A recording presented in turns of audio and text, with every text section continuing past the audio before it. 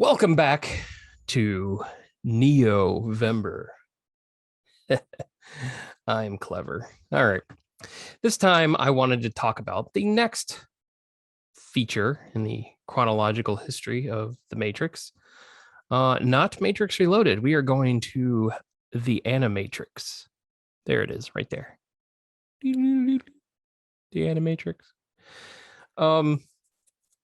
Released on home markets only, the AniMatrix is a collection of 9 animated short films that expand the world of the Matrix, from the Matrix's history to events that led up to the next theatrical picture. And the animation varied from story to story, and a different team worked on each one. And what I'm going to do in this video is I'm going to briefly go over each story and what I thought of it. So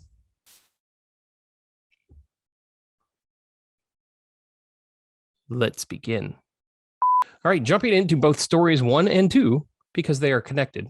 I had to look at my hands, 1 and 2. They are both connected because it is a longer than normal story, basically about the creation of the Matrix and the rise of the machines. Nobody tell the Terminator. It's starting off as a parallel to Asimov's story, I, Robot, and taking nods from human histories and tolerance of race and sexuality as well. The story revolves around humans not tolerating advanced AI and not accepting their lives as living. The machines were abused, attacked, bullied, and just shunned away from human civilization. The machines formed their own nation and created superior technology. They made tools and vehicles that would make even the human civilizations prosper. Our patented vector thrust coil gives the 01 Versatran the ability to sustain normal flight in the event of a catastrophic multi-engine failure. Versatran, it's the only choice. So the Machine Nation offered a proposition to live together in peace, but were still refused rights from human nations, which led to a full rebellion. The humans built vehicles of war and destroyed themselves with nuclear arms. They fought with everything they had and not even coming close to damaging the Machine Nation. In their final stand against the machines, the humans blocked out the sun to stop the machines from recharging with solar power. Then they took their final hurrah and lost to the machines. The human race was all but extinct until the machines chose to use the human bodies as fuel and power, making body farms and an incubator system, which became the Matrix. I know this is really early in the story. It's the first 2 stories. That's the first story. They're just in parts 1 and 2. But it's my favorite one. It's something the Wachowskis had fleshed out since creating the film. The story was told in a longer, more detailed fashion in the Matrix comic books.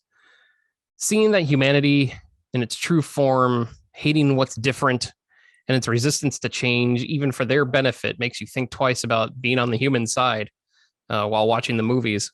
But also the story starts the idea that the machine's superiority is also their hubris. Because no matter how terrible humanity can be, it still endures and can overcome. So that was the first story. First 2 stories. Wow.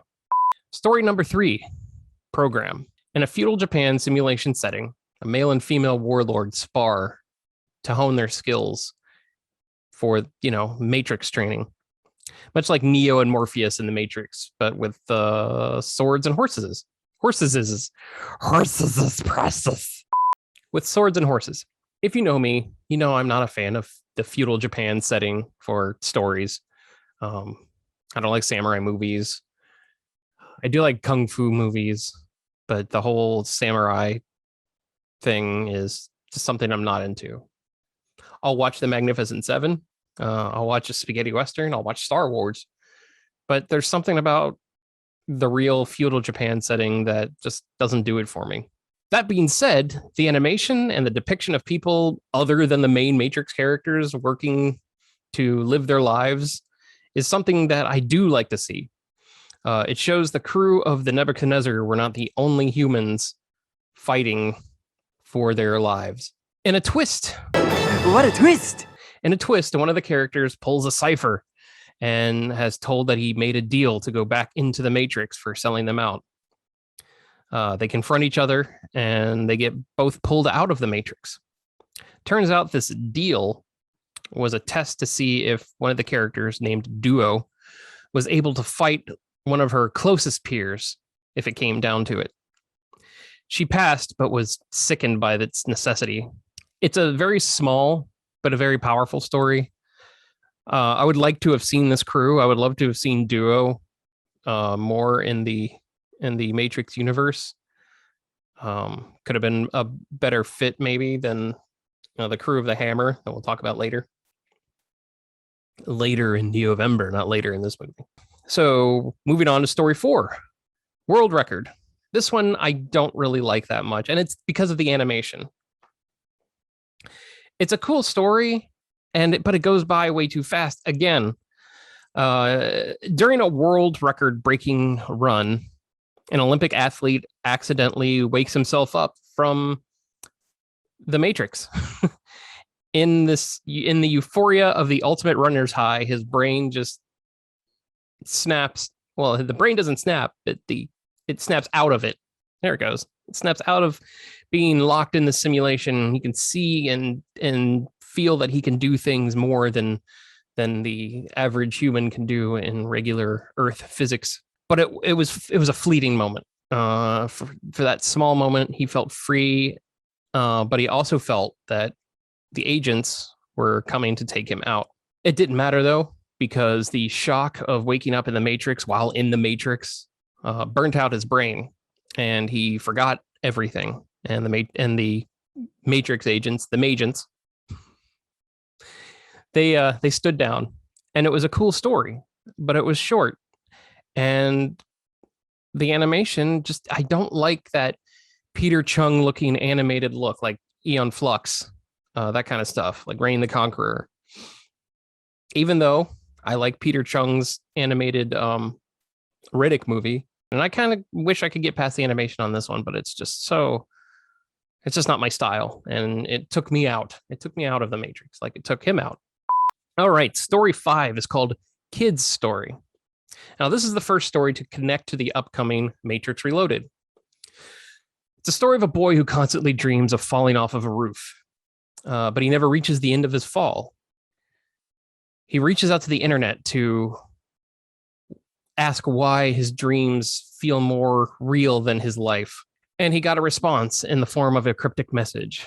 And the boy sets out on an internet journey to find the truth while living his everyday life. This one is a really short story. It's powerful, it's poignant, but it's super short.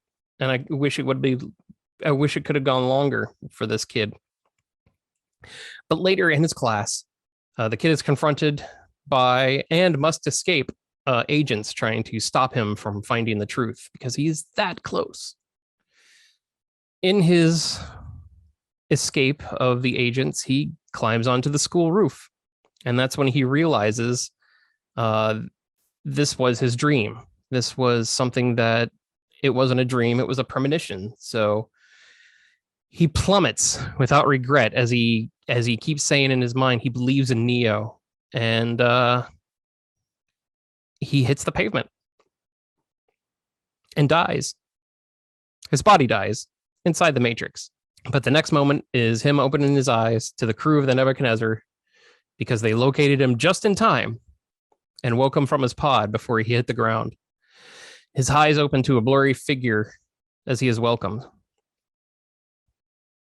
And I think, it has both Keanu Reeves and Carrie-Anne Moss saying, welcome. It's really cool. It's a really cool story. Like I said, it was super brief, but it's cool to see that these human freedom fighters they didn't stop with Neo. They're constantly waking people. And this is a cool story that shows that process of them waking people. It's not just hackers that are trying to find the truth. It's regular people who have dreams. Some would say visions. The whole deja vu thing within the Matrix, things that just don't seem right. Sometimes people search for the truth and they get found by these people. It's super cool to see the kid as a young adult in one of the scenes in Zion in the Matrix Reloaded. Story 6 is called Beyond, and this one's really cool. I've said that about all of them. This one's really cool. This is a cool story. Cool. I take a drink every time I say the word cool. This one is animated in like a 90s anime style, almost like a Studio Ghibli, but still has that anime series look to it. It starts with a cat exploring Tokyo. Yoko, the cat's owner, goes out looking for her and happens to find this dilapidated building that's a little out of sync with the Matrix. Items are floating, light bulbs are disappearing, the physics are all out of whack. Some of it's actually flickering. She and some local kids discover that there are physics problems, and they exploit it and play around in the building. They think it's haunted, and it's a cute moment when they're all just having fun, floating around, throwing things in the air, and watching them like stay there and stuff. Really cool. And then an agent-led cleanup team comes to fix the building. This agent cleanup team kind of reminds me of the people that show up in the beginning of the first Men in Black, or the decontainment team in Monsters Inc. That's what it's like. They bring this giant vehicle in, and agents are in hazmat suits, and they basically take the building code and rewrite it to where it's normal again. And there's not much to the story, which is a kind of running theme in this, because you don't need deepness in these stories. These are examples of life in the Matrix universe, but it's one of the good stories. Seeing the kids and Yoko play with the broken physics with pure joy makes it seem ageless, and it gives the audience a measure of childhood wonder. You're with them. You're like, oh, that would be fun. In fact, up until this very story, glitches in the Matrix have been a bad thing or something to fear. But as a plugged in sleeper, anomalies like this almost seem like magic. It's a great way to look at the simulation with regular eyes and even childlike eyes. Story number 7, a detective story. This one's also one of my absolute favorites. It's right up there with the Second Renaissance. It's a film noir pulp novel style story, which, again, as you know me, is something that I absolutely love. I love that style. I love the hard-boiled detective stuff, the film noir, the 1920s, 30s style stuff. It's a story about a private eye who is hired by an agent to track down a hacker named Trinity. Ooh. He doesn't care why he's hired. He doesn't care who hired him. He's a private eye, and that's what he does. So, paying no mind to his mission, he does his job because he's being paid. This one was absolutely perfectly written for the style. It's a near Maltese Falcon meets Blade Runner atmosphere. Also adding way more elements to the Alice in Wonderland allegory within the Matrix storyline. This one has some great lore to the universe, but also spoilers. So that's about all I can say about that. I can say I really enjoyed this one. If you're a fan of film noir detective stories, don't skip this one. In fact, don't skip any of them. Story 8, Matriculated. Do you know what I'm going to say? Do you? This is a very cool story. But also for me, it's hard to watch because it really is directed by Peter Chung and animated by Peter Chung. It kind of fits in this one. More of an Aeon Flux style feel to it, but it's more dystopian than that. Taking place in the real world, the dystopian part, a group of human scavengers lead machine scouts inside this Giger-esque facility and sets up the machines to fall into a trap. And these people trap machines, capture them, and reprogram them to learn that humans aren't the enemy. And the learning process is freaking fantastic. The machine is entered into its own simulation to learn how to feel love and loss. And the lesson of the story is about education. The machines and people can be programmed to believe one thing, but they also can be taught to accept other things. And going back to the learning experience, the learning simulation that the machine went through, it was almost like this like Hindu Nirvana type animation. It's so cool. But it does go through the stages of love and loss and anger and acceptance, and it in turn turns him. And later on, the machines find and infiltrate this base, and this one machine tries its hardest to protect the humans that he's grown to appreciate, that live in harmony with the machines that they've already switched over. And I can just think that it's not reprogramming the machines, it's teaching them, it's making them more alive in the ways that there's more than a black and white difference between the humans and the machines. And that's really cool. I'm just going to call this video AniMatrix, the cool one. It really makes you think. Just like the first story, the second Renaissance. It makes you take yourself away from the machines being the bad guys and the humans being the good guys. And it's just two societies that are butting heads over why they should be the superior race.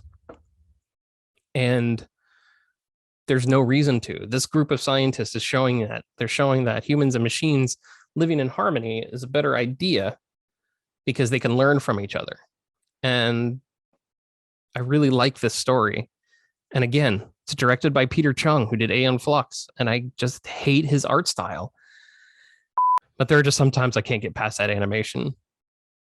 I'd rather read this in a book than watch this animation because the story's really good. And some people like Peter Chung's animation, so I'm saying, don't skip this one. This one's great. And now, story number 9, the final flight of the Osiris. This was the selling point for this movie. This was shown on TV, this short story. This was also shown in the Enter the Matrix video game that came out around the same time. And this is the story that really connects the AniMatrix to the upcoming Matrix Reloaded. It was a full CGI movie, short movie. It's a direct prequel to Matrix Reloaded. It starts off with a blindfolded sword duel in a simulation, and it is interrupted by Sentinels. So they have to jack out of the Matrix and go on the run from Sentinels in their hovercraft. And the whole story is about the hovercraft, the Osiris, racing from a horde of machines because they found out that they discover the machines are drilling into Zion. Ultimately, the crew sacrifices themselves and the ship to send out the warning to anyone. It ends on a real down note. I mean, it's a sacrifice.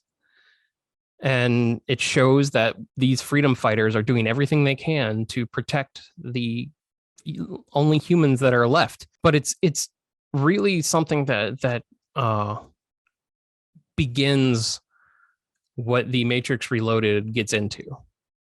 An upcoming war, unsure of whether or not it's true or not. Is Neo really going to save us? Is Zion safe? And it's the important movie in this anthology, and that's why it was shown outside of it. It was like, oh, you liked Final Flight of the Osiris? Watch these other 8 short films and enjoy. And it was a good marketing tactic because it got everybody to get excited for the Animatrix. It wasn't a theatrical release. It was a home video and DVD release, but it was effective. It made people want to see more. It made me want to see more, but I was already a fan, huge fan. I even played the Into the Matrix video game, which wasn't very good. It's not a very good video game, but it expanded on the lore, especially the monsters that we'll talk about in the next movie. And it actually had, I believe, an hour of extra footage shot by the Wachowskis that would connect into the next movie. It also bridged Final Flight of the Osiris with The Matrix Reloaded. But I'm not going to talk about Enter the Matrix. If you want to see the video footage from the movie footage that they shot, there's probably a YouTube for that. I don't know. I'm here for feature films, and this was a feature film. And those were the 9 short films that make up the Animatrix. It was well received by those who watch it. Some saw pieces of Final Flight of the Osiris and dismissed it as just a publicity piece for the next motion picture. And it was. I mean, that's what it was, but it was also expanding for those who like to learn more about the universe that they've become a fan of. As the Matrix series went down in history, more people have discovered the rich stories and creativity of the Animatrix and see it as one of the better films in the, well, I guess you can put it in there. It'd be a quadrilogy then. I consider it a Matrix movie, even though it's not live action. Most of the animation is absolutely gorgeous, and the stories were all perfect to expand the Matrix mythos. And the music was of Matrix quality as well, with songs by Juno Reactor, Junkie XL, and Overseer. It keeps the quality epic electronic sound that drove the original picture. And this was Junkie XL before he became a well-respected film composer. That's it. It was when he was just doing electronic music, and it shows that he had the chops for it. All in all, if you loved the first Matrix, I highly recommend watching the Animatrix next. I'm glad I went over this again. I forgot a lot about the stories, the couple of them, the Final Flight of the Osiris and the second Renaissance, stuck in my head, but the majority of them, they're pretty top notch, at least story wise, but none of them really are a dud. There was not one that I was like, oh, that was bad. Once again, thank you for joining me in my journey further down the rabbit hole. And make sure to hit the like button and also subscribe. Also try to subscribe. And you try to hit that button. It'll work, I promise. But subscribe so you don't miss any more of these videos and anything else that is made by Cinemadness, the podcast. Our podcast episodes are going up on our YouTube now. Allison has videos she's doing. If you don't know who Allison is, listen to Cinemadness, the podcast, and you will know. And also make sure to check out cinemadnesspodcast.com for all of our links to social media, all of our episodes, and more. And I will see you next time when things get reloaded.